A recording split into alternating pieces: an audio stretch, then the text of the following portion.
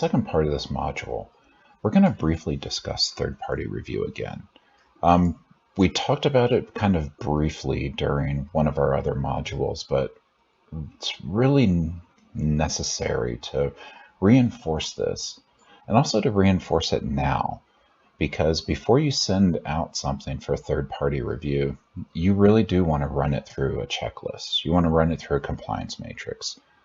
You want the review to just be on the content as it's going to be submitted and not really on content that's in flux. That's not the best way you're going to get reviewer comments. So when you are going through that review, there's actually two parts. There's an internal review and there's an external review.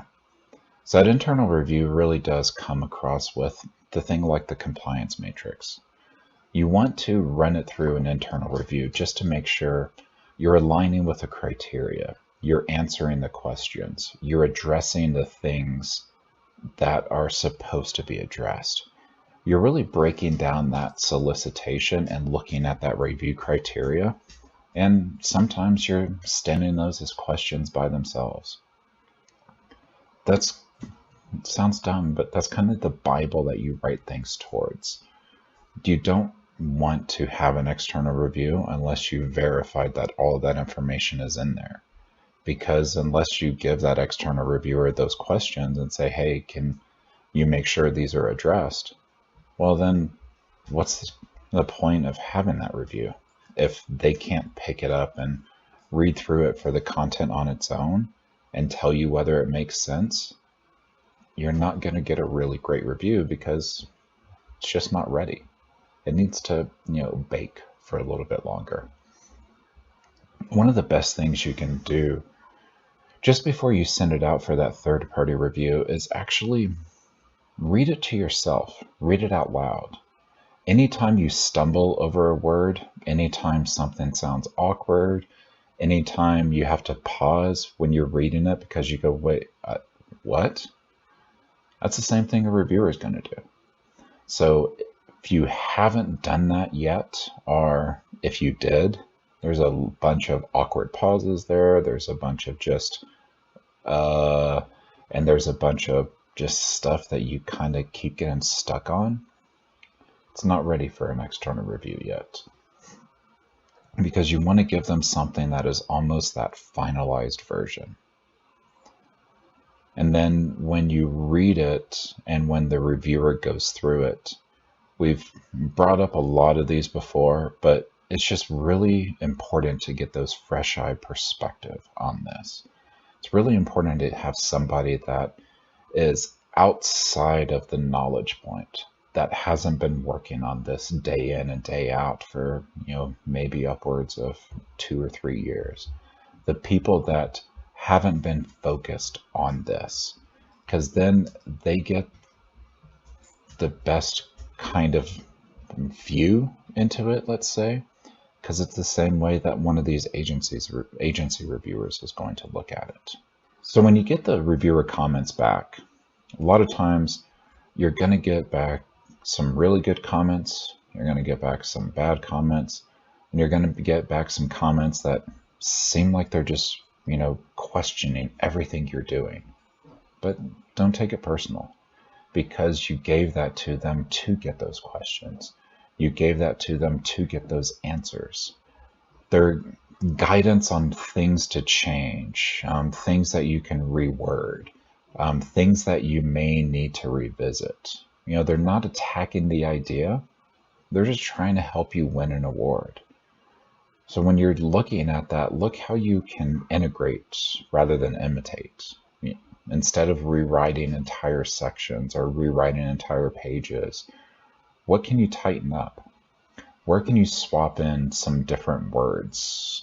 Where can you change maybe the flow? Maybe you move a sentence up to the top. Maybe you change the focus of one sentence. Maybe you add another sentence. A lot of times it's those small tweaks that all of a sudden make this fundable, rather than just looking at the comments and going, oh God, I got to start over from scratch. You don't want to throw away that core, because most of the time you're not going to have the time to fully rewrite or redevelop it. Even if you are doing what we have expressed time and time again and not waiting till the last date for a submission, it's taking you time to, get that formatted. It's taking you time to get that information together. You don't want to scrabble at the last second and try and rewrite it from scratch, because you're going to make mistakes. It's probably going to be even worse than when you send it out for a third-party review. And when we talk about word choices, it's really kind of critical to bring up that whole thing about misinterpretation again. You want to make sure the words that you're using can't be misinterpreted. I talked about it before, but don't use those $5 words where penny dot words can actually make it. You kind of stick more to those layman terms, and the technical layman terms, but not the ones that somebody has to have 5 years of PhD studies to understand. You don't want a sentence in there like, bioorganic matter is macerated into homogeneous slurry and combined with thickening reagents to produce a non-laminate sheet that accepts pressure-based transfer of carbon sediment. So I can give that sentence to somebody, and there's a lot of really big words in there. There's a lot of technical information, but what is that sentence? What am I trying to convey? How is that going to be interpreted? Because at the end of the day, that's somebody writing on paper with a pencil. Did I need to use all of that? Did I need to use information that people just aren't going to understand? Or could I just say, hey, I got a new pencil for people to write with? That's the kind of things that you should really look at when you're doing these. And always kind of keep in mind that you have to have that mixture between research and business. Remember, this is going to be something like a sales sheet. Hit the highlights. Don't overwhelm them with extraneous information. Don't bring up stuff from 15 years in the past that just does not matter anymore.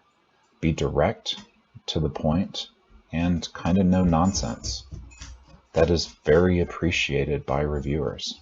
So I realize that that's probably the second or third time we've talked about third-party review, but it can be a very critical component of a good proposal package.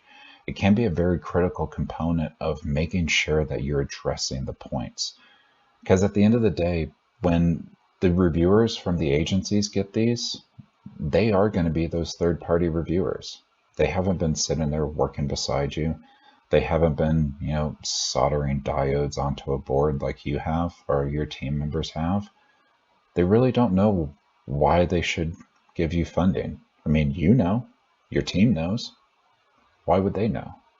And so that's why you really want to approach it from that vein, is when you send this out to for a review, it's the same way they're going to look at it.